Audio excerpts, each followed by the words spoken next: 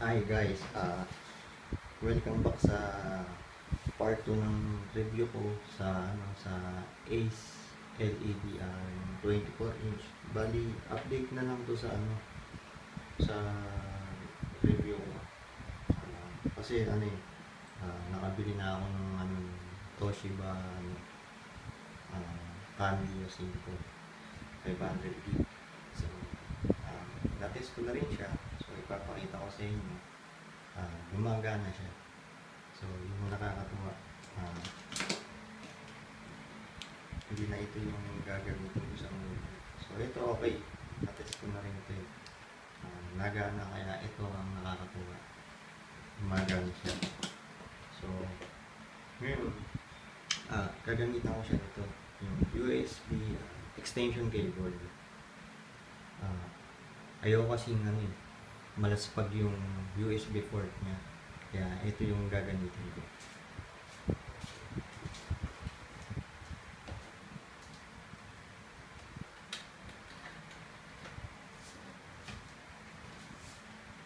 So ito guys yung yung 500 gig na Yan, hindi ko na tinanggal yung plastic niya.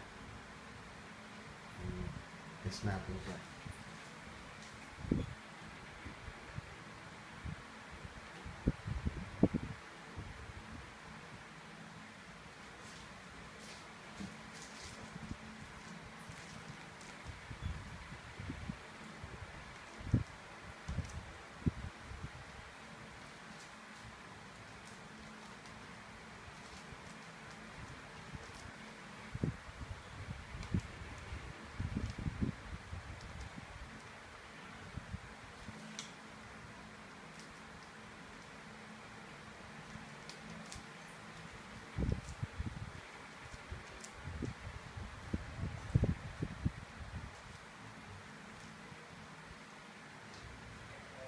So, pagka nakita nyo ng ganyan, lakas ko lang.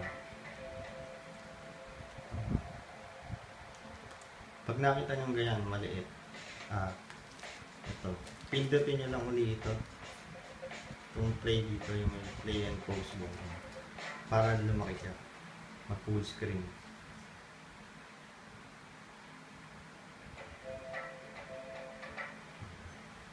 Yan guys, diba gumagana siya. Diba okay? Gumana to. Panalo. Ngayon, hindi ko na pabahin yung natin. Bali, yung file na yan,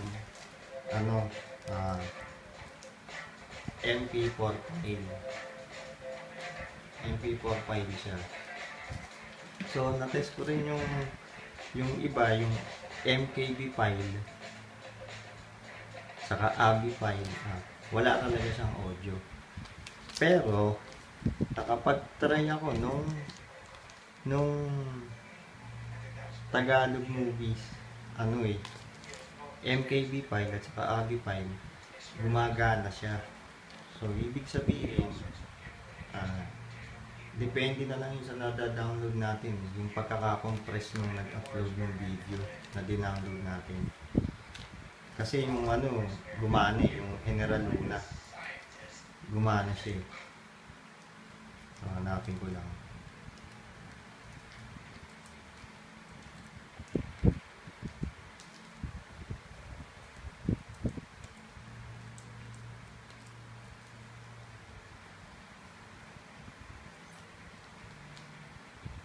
Ayan. Kung nakita nyo sa video, MKV file yan. Pero yung mga ibang movie na MKV file, hindi talaga siya nagana. Walang sounds. Pero may walang audio pero may video. Pero iyan, gumana. So, ibig sabihin, sa pagkaka-compress lang na-download ko. Kaya, yun. Pero all in all, okay. Approve siya.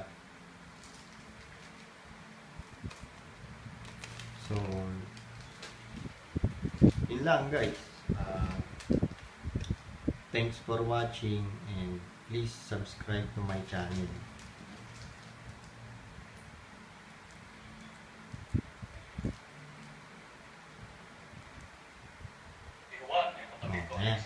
May sound siya, di ba? MKB5. So,